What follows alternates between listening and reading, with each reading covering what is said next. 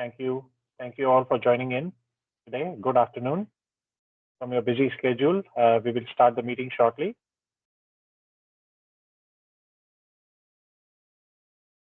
Just a few housekeeping items, guys. Please mute yourself at all times during the webinar. If you are unable to view the screen or hear the voice, please raise your hand. The webinar is being recorded for everyone to know. Actively participate and write your questions in the chat area. Questions from attendees will be answered after discussions with myself and Alex. Participants can ask questions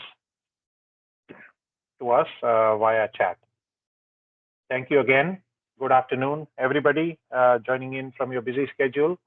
We can start now. I will start off with an introduction. We have Alex over here, who is a board member at 2i Solutions, Pioneer CyberSecurity, board member at ISACA New York chapter, one of the biggest chapters in the world. Alex, thank you for joining in today. Thank you, Parag.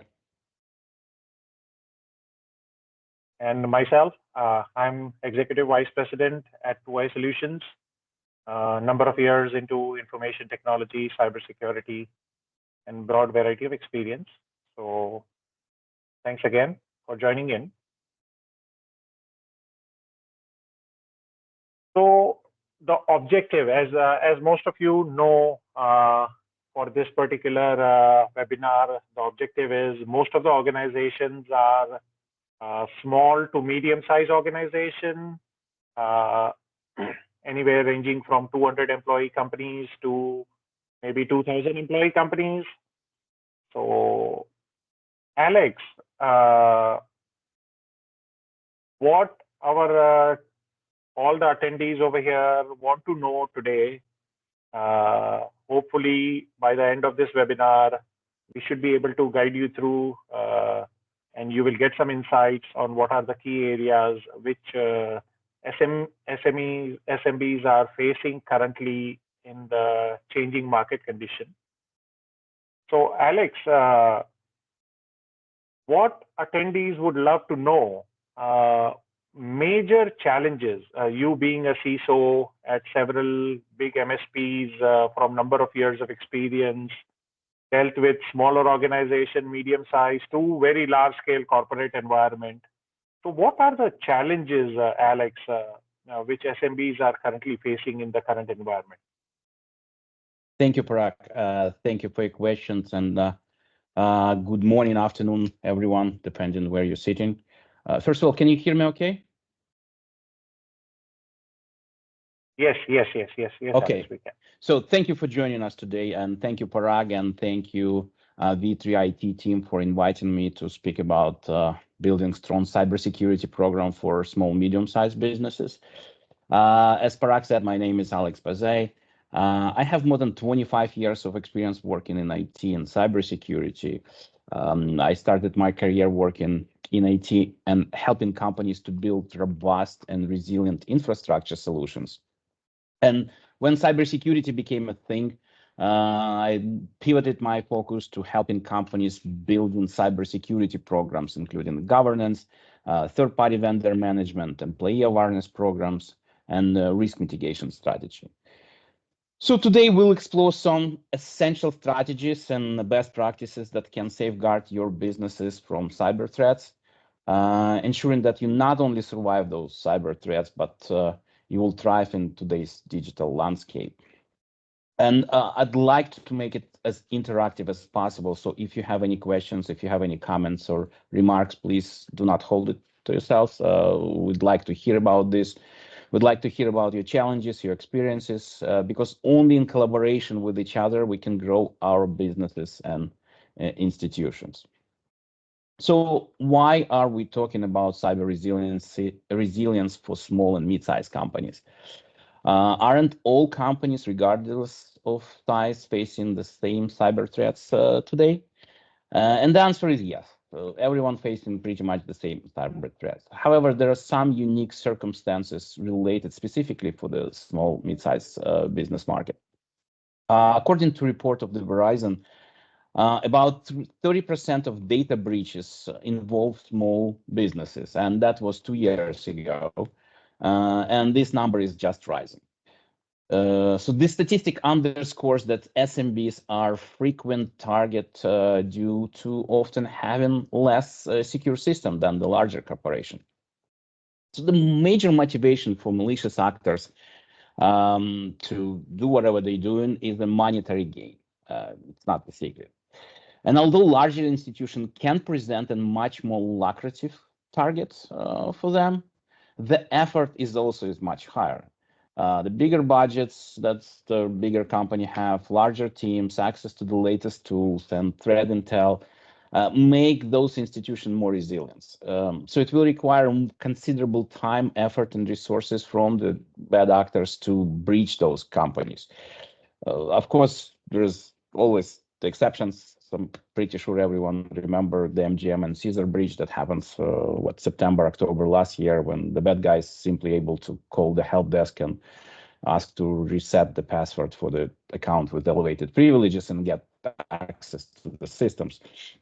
But so Alex, those are exceptions. So, yeah.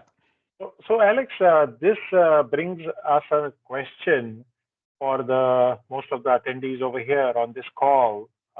If there are so many tools in the market, how does a small or medium-sized business decide on which tool to choose? What is right for them? How does it work? And that's I'm going into that. So we're gonna touch about this in the presentation. So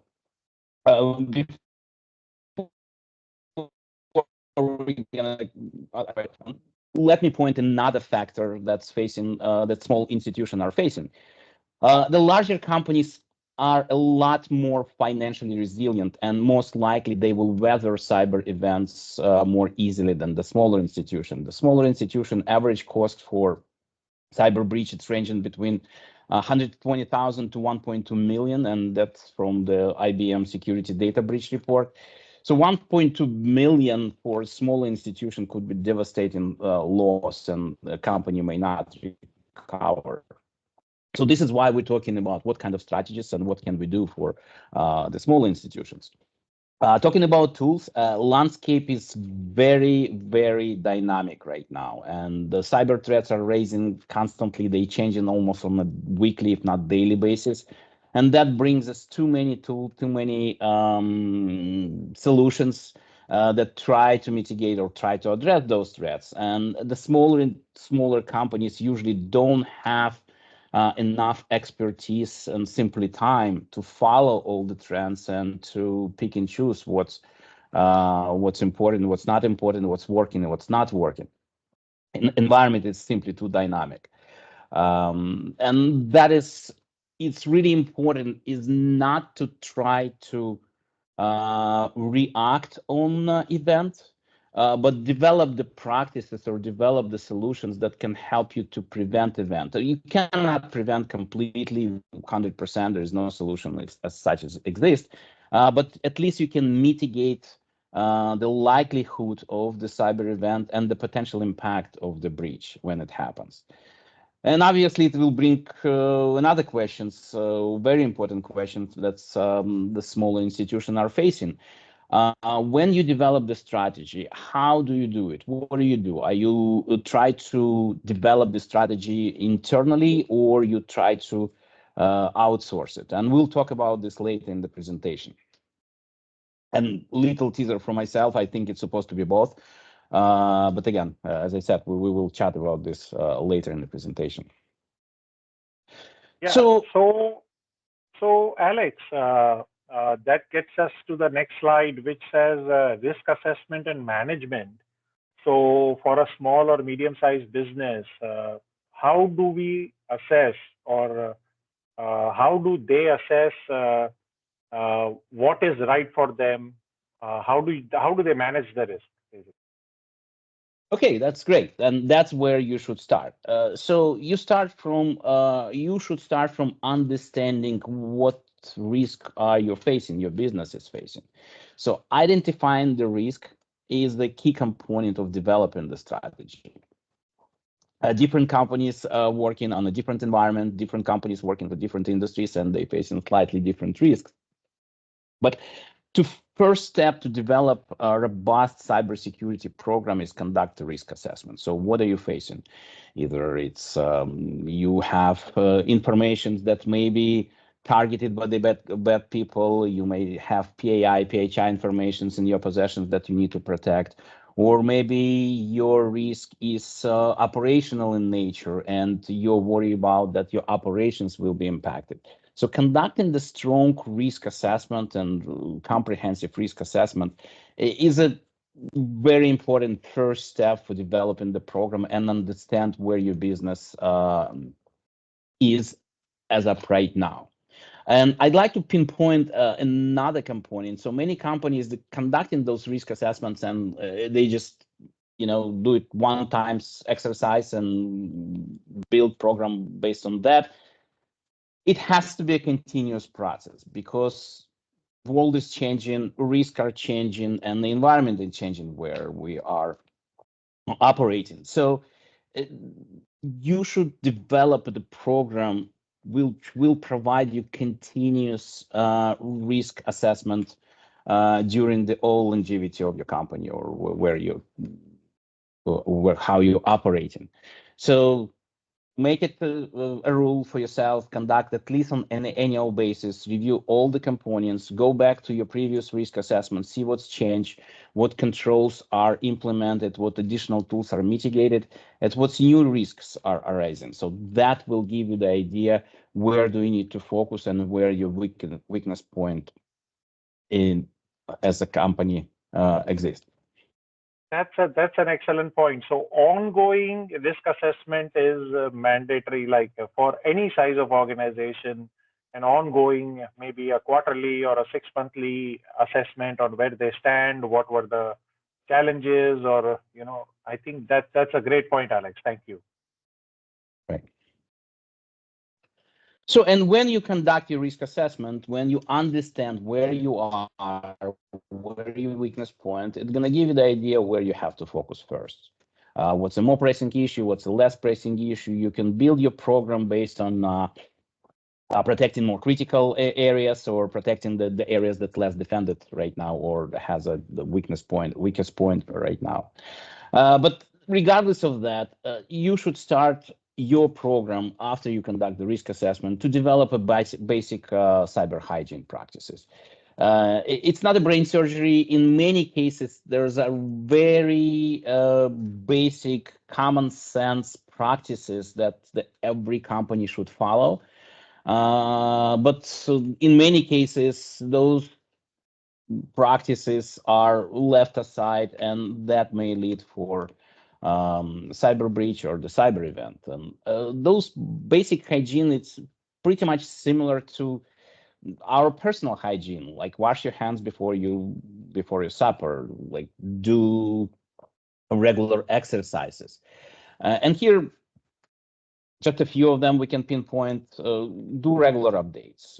Software changing, threats are changing, the vendors releasing updates. Make sure you stay up to date, releasing your regular updates. If you have a mainstream application like Microsoft or Adobe or anything else, it's pretty easy to do.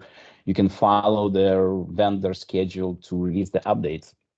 And conduct the assessment, conduct the vulnerability assessment on every other system. Reach out to your vendors and ask them, do they have the updates? When they when they planning to mitigate any vulnerabilities that have been discovered. So that should be part of your day-to-day routine. Other common sense, strong passwords, obviously, the account compromises, it's still one of the highest cyber threats everyone is facing. So make sure your passwords are strong and following some guidelines, NIST guidelines, for example. It's very important. Make sure your passwords are not simple. Make sure you are not allowing people to repeat the password, to reuse the passwords in your environment. And if password is compromised, let user change it immediately. Multi-factor authentication. Passwords are great tools, and the longer password you have, it's greater for you. However, we're all humans. And it's really important to impose very robust practice here to implement 12, 16 characters password with special characters, lower uppercase. People simply not going to remember that. So multi-factor authentication, it's really important. It's not something that you have, it's not something you know, it's also something you have. So what people have to use at least 2 factors when they logging in and when they accessing key systems in your environment. And know your environment. Do periodic assessments, do periodic inventory, make sure all the assets are accounted and all the assets are known. If anything introduced in your environment that you don't have in your inventory, it should be reason for investigation. It should be reason for reviewing. And then lot of times when employees leave, those logins are not deleted immediately, or sometimes they are there. Those accesses are, that is also knowing their environment makes it very helpful for any organization. Yeah, absolutely, Parag. You're completely right, and that brings us to kind of like a policy and the governance in the company. Make sure you have a robust onboarding and offboarding procedures. And offboarding in this case is equally important than onboarding. When your employee leaves, if it's amicably or not amicably, you want to make sure that accounts are disabled, that all the access privileges are removed, and that all the assets they possess, either it's laptops or hardware or some security keys, removed or from the system and returned to you as a company. So the next step, yeah, go ahead. So Alex, we have on this call, we have people from healthcare industry, we have people from pharma industry, manufacturing industry. Now, this brings us to our other point about compliance and legal requirement. All the industries have different kinds. Some have similar, some have some common, like the SOC compliances and certain compliances, ISO 27001 or any kind of other legal requirements. So how do we help them in understanding what relevant laws and regulations they are applicable to them? And that's a very important question. The regulators, unfortunately or fortunately, for some folks not sleeping, they coming up with the new rules, the new regulations, and the new requirements for the companies. So you have to clearly understand on which jurisdictions you're operating with. And here I would suggest you to work with your legal department, work with the outside counsel if you have one. I'd like to pinpoint we are not lawyers, we're not giving you legal advice, so you should reach to professionals to make a determinations what's laws applicable to you. But the general concept here, you need to understand every jurisdiction you are working with. If you are working in multiple countries, every country has their own flavors of privacy law, for example, or reporting requirements if the cyber breach is happening.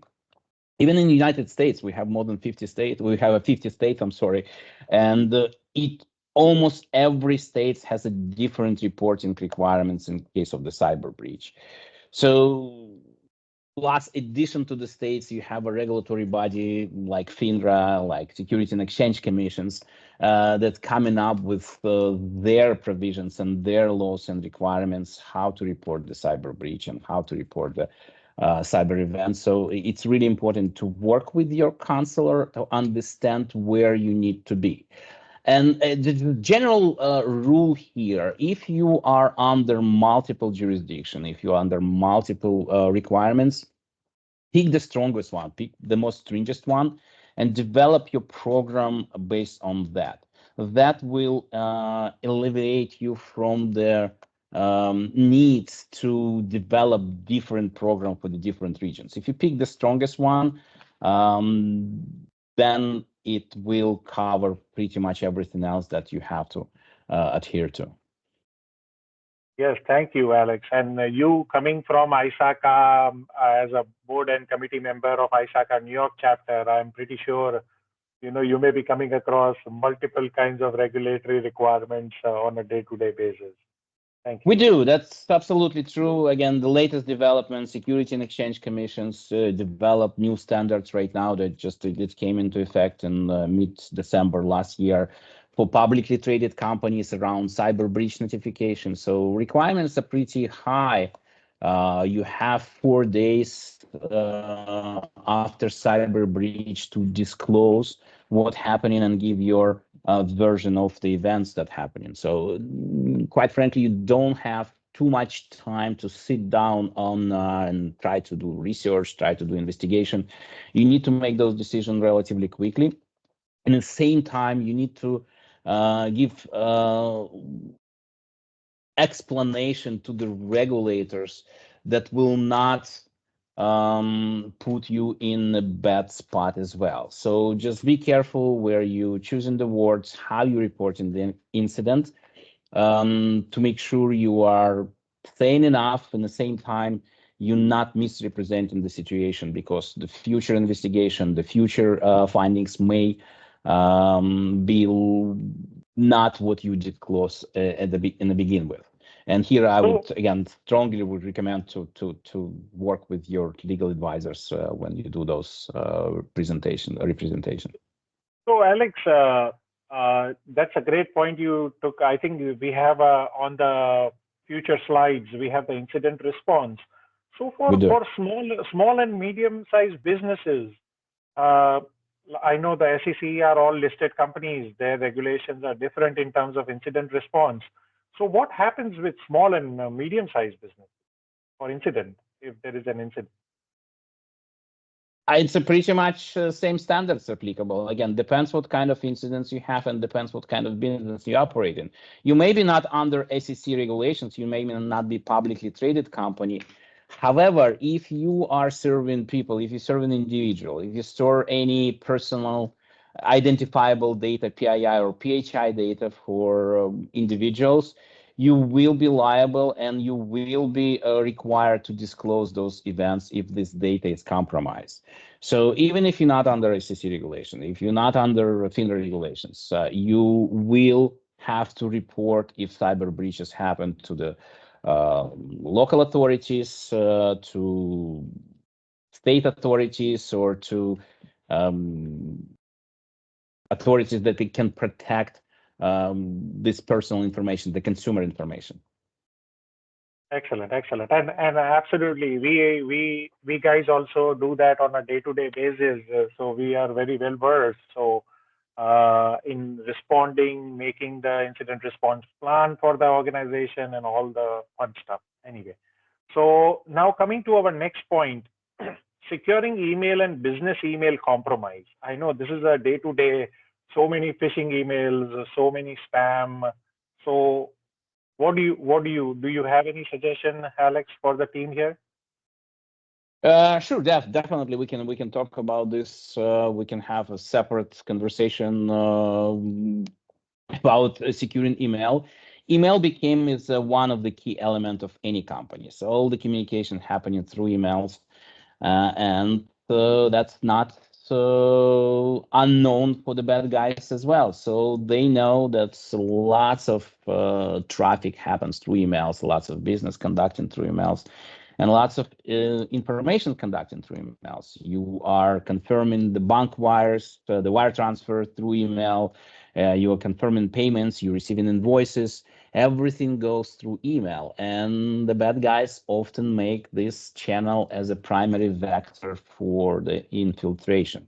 So I think Verizon, it's a FBI incident report for 2023 is saying that business email compromise, it's still the biggest challenge, and for any companies, for the small companies and the big companies, and the major vector of penetration, or the major vector of compromise for the companies. So if you're in the system, and even if you are on publicly system, if you're on Office 365, if you're using GCP, make sure you have robust controls or robust protections against email, like safe links, safe attachments, things like impersonation protection. In many cases, we've seen that bad actors was able to breach to the system and pretend themselves as a CEO or the CFO of company, start demanding the payments or changing that some at last point the buying instruction for your vendors or for your customers. Make sure you have controls about that. If you are doing wire transfer, if you confirming communication with financial institutions through email, if anything changed here, make sure you have a validation procedures. Make sure at least 2 people or multiple people able to validate those transfers.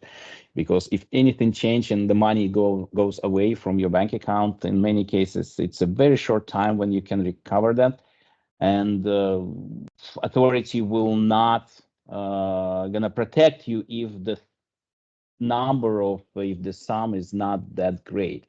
Again, if you're losing 50,000, 100,000, which can be very significant for the small businesses, the chances to recover those money, it's not very great if the time is lost here. So make sure you're able to prevent those situations in advance instead of just reacting to them. So Alex, that gets us to the other point in terms of data protection and backups. I know a lot of people use Microsoft Office 365. They have different versions of Microsoft for emails, for backups. So I don't think even if people have Microsoft or Google or whatever email server they are using or anything for data protection, I don't think they provide any kind of backup. Is that correct? They still need to have a backup plan in place. Absolutely. So data is often described as the new oil, and because it powers everything, our data is everything for our companies. Obviously, except after the humans, but the data is the most valuable things that UA have. And protecting data through encryption, through the robust access control, and conducting regular backups is essential for the business longevity and survival. So even if you are utilizing public clouds offering, which many companies are kind of going that directions right now, either it's Azure, either Office 365 or AWS, GCP, don't forget those companies, those providers, public cloud providers, does not provide protection for your data. You still have to have robust plan how you back up your data and how you protect your data. Even to the point that you might have a treasury storage or treasury locations when the data is moved, the backup data is moved outside of the primary data storage bucket. So if you're in Azure, for example, it's maybe advisable to have some bucket in AWS to keep data there. In case if anything happens with the Microsoft, for example, and the vice versa. So it's really important to have a robust practice here. But the major point that I'd like to make, protecting your data is your responsibility. It is not a public cloud provider responsibility. It's not responsibility of anyone else. And again, we have a different strategies that we can help companies with develop the robust data structure. And again, if you have any questions, you can reach to Parag after the call, and we can help you with that. Excellent. Thank you, Alex. So now that gets us with all this COVID environment and work from home, hybrid system, partly going to office only for a few days or 100% work from home. So what are your tips to a small or medium-sized businesses where most of the employees are most of the time working from home? What are the key things they should keep in mind? Great topic. And again, it's a large topic, and it became larger since the pandemic starts, when everyone was forced working remotely. It was unexpected for many businesses, and for many businesses was expected. But that environment, and changing in that environment, it's brought up additional advantages to the business. So right now you're not tied to geographic locations. You're not tied to any particular locations where employee has to work from. You can hire more talented people. You can give more flexibility for the people, but that also brings additional challenges and additional things that you have to consider in your day-to-day practice. So working from home, in many cases, you cannot build the same level of protection that you can build in your office. So we kind of understood for many years how to build defenses if you work in office. For example, we have firewalls, we have IDSs, IPSs, intrusion detection, intrusion prevention systems, different gateways. So we kind of build those castles around our employees, around our data, that we thought that works. And again, this is the second questions, if they work effectively. But right now, all this world is completely changing. So you cannot build a castle anymore around your employees, around your devices. So what are those policies? What are those things that you need to follow? And in many cases, going back to hygiene, it's a common sense. Have a great BYOD policy, have a great work from home or work from anywhere policy. Use the common sense. Talk to your employees or do some training with the employees. Make sure they are not sharing their computers that they're using for work with the family members, because if your employees working with some sensitive data, with the company data, and their spouses, their children start playing on that computers, it may inadvertently introduce something malicious into your network.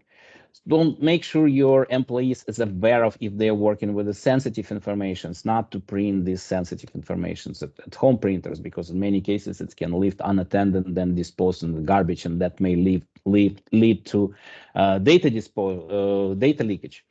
So make sure if they're working with the sensitive information, if they need to print it locally at home, make sure they have a robust procedure so that they constantly communicated that they need to dispose this information properly, shred it or destroy it before going to the garbage. Make sure the devices that your employees are connected from their locations to your corporate environment also protected. Make sure those devices has latest patches, latest updates, antivirus installed, and some other controls that you might suppose may be specific to your companies. And those controls are pretty easy to deploy and pretty easy to implement. So again, Microsoft, for example, if you're in Azure environment, can introduce you something like conditional access policy that you can say only devices with a certain patch level, certain antivirus, certain operating system will be able to access to your environment. So excellent. Common sense, working from home, that's the key. Excellent. And I think incident response, we have already discussed this earlier. I will take a pause for a few seconds. If anybody has any questions, guys, please raise your hand or put it in the chat box. We have a Q&A as well. So if you guys have any questions, we would be more than happy to answer that. So now, a lot of third-party vendors also get access to our systems. You know, any organization, we have to grant access, temporary accesses. What should any business keep in mind while giving access to a third-party vendor? And the third-party vendor management is another great topic, and I think all the regulators, all the controls right now are increasingly focusing on the third and even fourth-party vendor management, because lots of breaches happening through the third parties and through the fourth party. So you use different software. Make sure the companies, your vendors that you're working with, at least have some basic controls, at least have some basic cybersecurity policies and cyber hygiene. So you can send them a questionnaire, you can ask them what their policies is, what their incident response, what their disclosure procedures, if they suffer the breach, how they communicate that the breach happens to you, and how that breach may affect you as a business. So you need to understand what are your immediate and what's your most critical vendors. So again, basic thing here, I would suggest to create a basic vendor register and list your vendors or grade them on the criticality level. You do have some vendors that are absolutely critical for your operations. For example, again, if you're a Microsoft shop, you're dependent on Microsoft. If Office 365 is not available, you can conduct your business. That's going to be your critical vendors. You have some additional vendors that may have access to critical information that you have to protect. PAI, PHI, we talked about this already. Those vendors are also critical because if they're going to be compromised, your client's data may be at danger.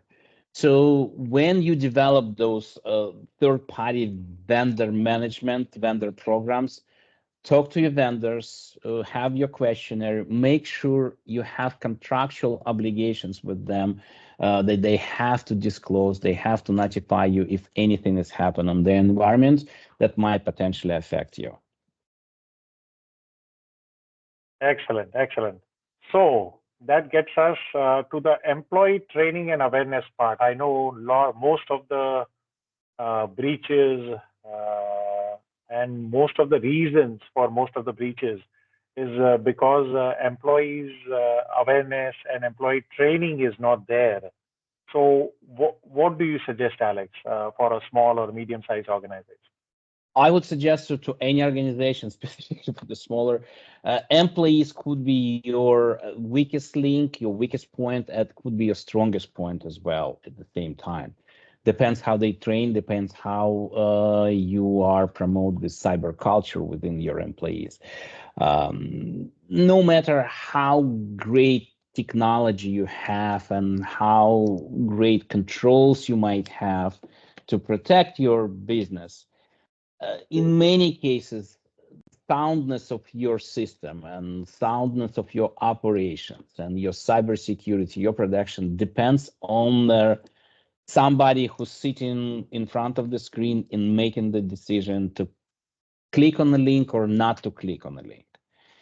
And that you need to take in consideration. So constant training with your employees, it's a paramount. Make sure they understand the cyber threats. Make sure they understand your business. Make sure when you conduct a risk assessment, they understand risk that your business is facing.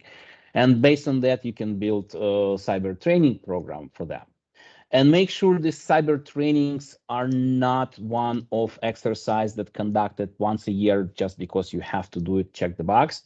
Make sure you constantly do it. In my experience, we found that the long cyber training that conducted once a year then takes about an hour, 2 hours, whatever it is, it's not effective anymore. It's much better for the employees to conduct shorter assessment, focusing on one particular topic, like how to create secure password, how to be safe when working remotely, or how to recognize the phishing link, but conduct those on a quarterly basis at least. In this case, they will remember and they will apply this knowledge in their work.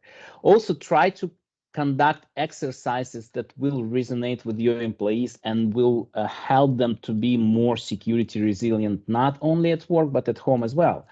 If you will tell employees, or we will teach employees how to recognize the phishing link, next time when they sit in at home and they receive on their personal email a phishing link from their bank account and they will be able to recognize, they will be more happy, they will be more secure, and as a result, they will be more productive at work. So constant training, make sure it's applicable, it's relevant for everyone, it's relevant for your business, and don't forget to repeat, repeat, repeat, and repeat. And so Alex, nowadays, as we come across a lot of our customers also, they want to know what coverage or what kind of policy is right for any organization. They come to us, asking. So if you can throw some light on how to assess what is a right policy to be taken, what kind of coverage any organization needs for insurance. It's a great topic as well. Again, probably not able to cover everything. What's the right policy? The business has to decide what's the right policy based on the cost and based on the protection. But there are a few general guidelines here and a few general things. The cyber insurance could be very effective tool. Again, as we said, we cannot protect ourselves from everything. 100% protection simply not exist, and sometimes bad things happen. For that, cyber insurance can play a really great role into your cyber defense. So research the policy, see what's covered, but the few things that what I would point out when you're shopping for cybersecurity policy, talk to the broker, talk to the policy provider, make sure you understand what's included. In many cases, there's a fine print at the bottom of the policy will not cover certain events. So you would have to have some preconditions. You want to make sure you have internal program, you have to make sure you have antivirus running, you have to make sure you are running some defenses. If you don't have, if you violate those provisions in the policy will not going to work. Policy will simply, insurance not going to pay.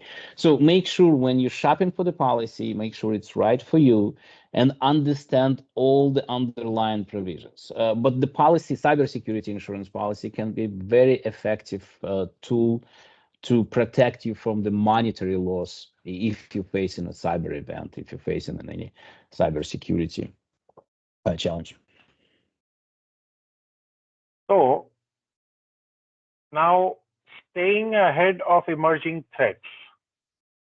That's a fantastic thing. Even people like you, I'm pretty sure you may be having challenges so many times because there are so many emerging threats every single second, every single day. So what do you suggest for a general organization, any general IT person? How can they stay ahead of the emerging threats? I would say let's talk to each other. That's the best way we can share some knowledge. There's not single company that can observe and digest every threat and every challenge that's exists in the world. Different companies see different things, different companies a little bit different from each other, and only sharing the informations we can use this knowledge and can develop a strong control. So join a sharing community. In the United States, there's a bunch of communities that can help you to receive these informations and can help you to contribute into community, like different FS, ISAC, it's information sharing community. Multiple law enforcements, they create the partnership between the government and private sector, like FBI InfraGard, for example. Secret Service has similar commission. It's really a similar program. It's really easy to join them, and you will have access to invaluable information that other companies are facing, and invaluable information to what you may be facing in the future. So, Alex, now coming to the business side of it now, what is the role of MSP like us, or like you have been in the industry from quite some time as a CISO? What is a role, of an organization like us to build a strong cyber resilient environment? So what is our role? It's great. Again, that's what we started our talk today. Like, what's each company has to make a decision if you want to build those cyber resilient capability internally or outsource. And I said in the beginning with a little teaser, I think it should be both.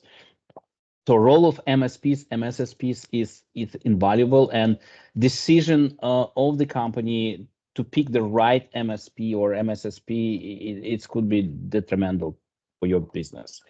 Picking the right MSP that fits your budgetary appetite, that can provide you insight and can provide you valuable experience, it's really important for the companies. So MSPs, many cases, MSSPs, facing those threats, they are on cutting edge of the threats, tools, techniques, how to defend the company, and can help you tremendously with developing your own cybersecurity program. But again, responsibility should be on your not completely outsourced MSP. So I would strongly suggest to develop a robust relationship and with the MSP, with MSSP, because no one better than you will understand your business and what your business is facing. But those outside providers can provide you techniques, tools, and experience how to defend from the threats that you may be facing. Excellent, excellent. Thank you very, very much, Alex, for your insight. Great insight, great information, too much information actually. Now, for people to digest. So we are very close to ending our session. We'll leave the court open for people, all the attendees. If you guys have any questions, please raise it.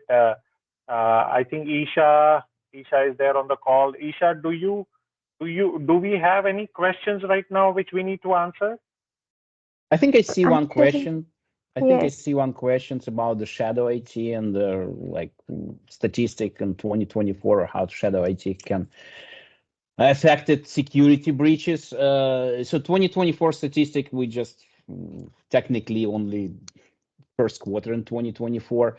But the shadow IT can play significant role in soundness and in security soundness of your company.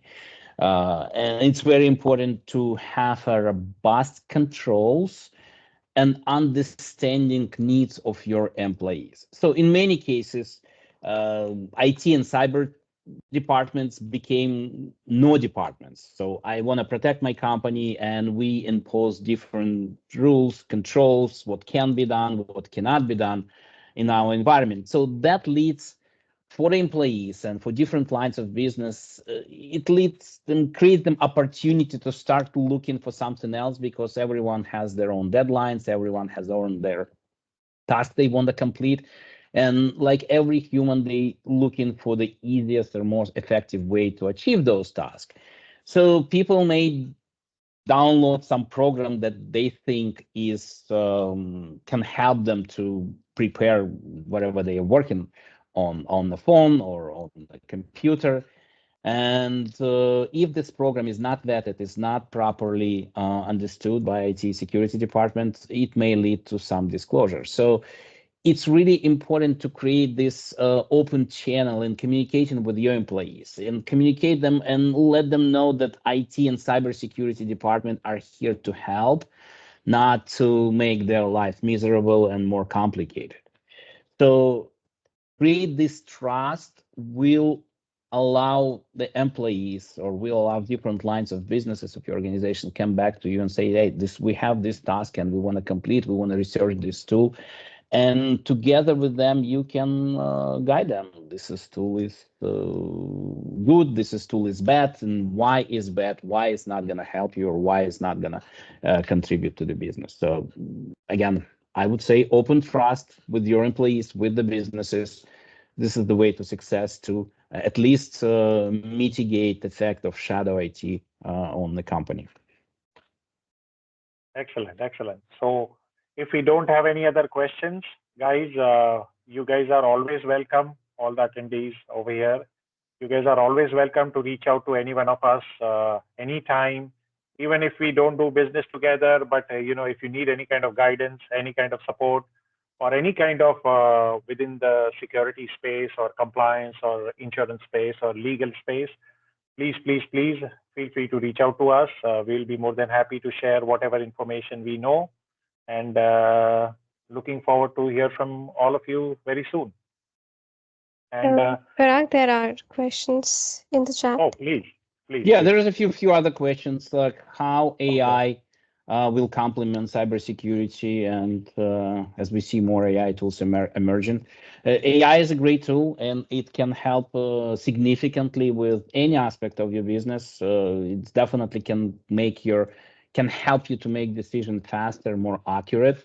But AI is still the tool. It's only the tool.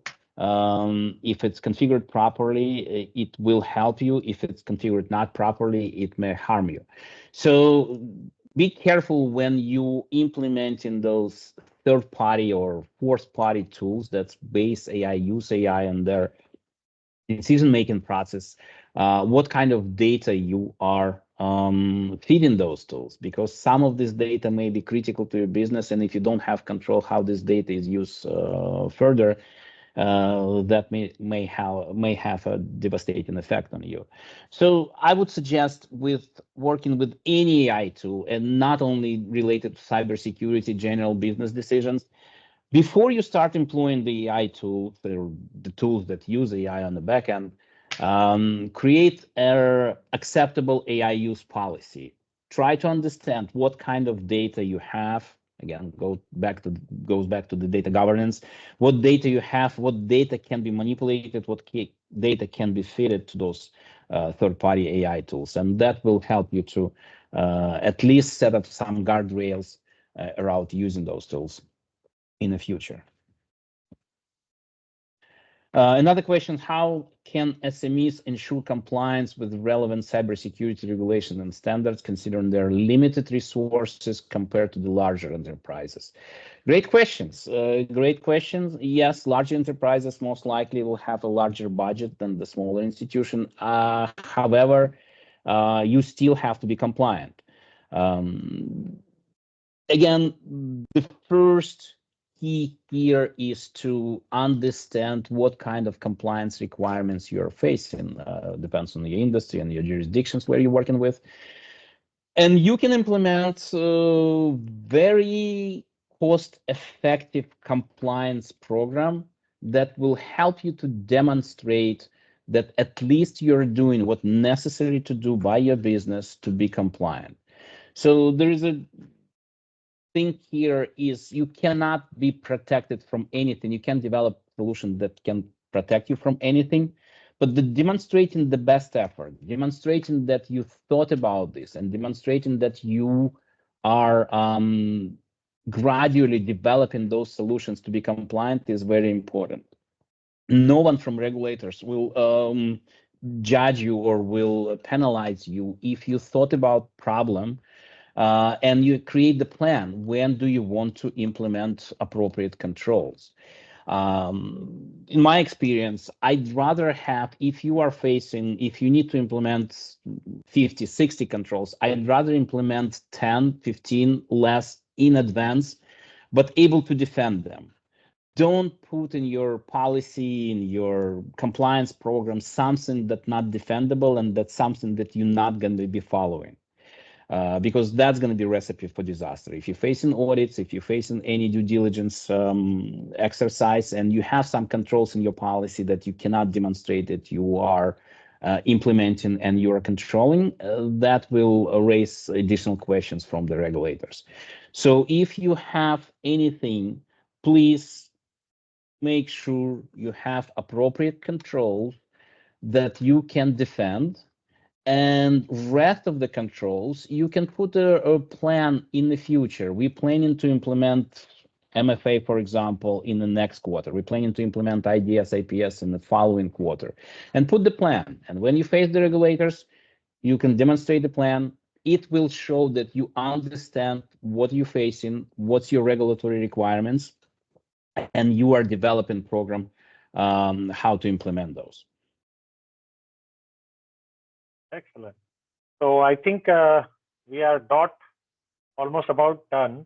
So any further questions anybody has, please feel free to reach out to us. I want to greatly thank V3IT team, entire team at V3IT, entire team at 2i Solutions for making this happen. Thank you very, very much. Alex, thank you for your valuable time. Hopefully people who have joined would go home with a lot of insight. And any further questions you have, we are here to answer them at a later stage. So please feel free to reach out to us. Thank you. Thank you, guys. Thank you, everyone.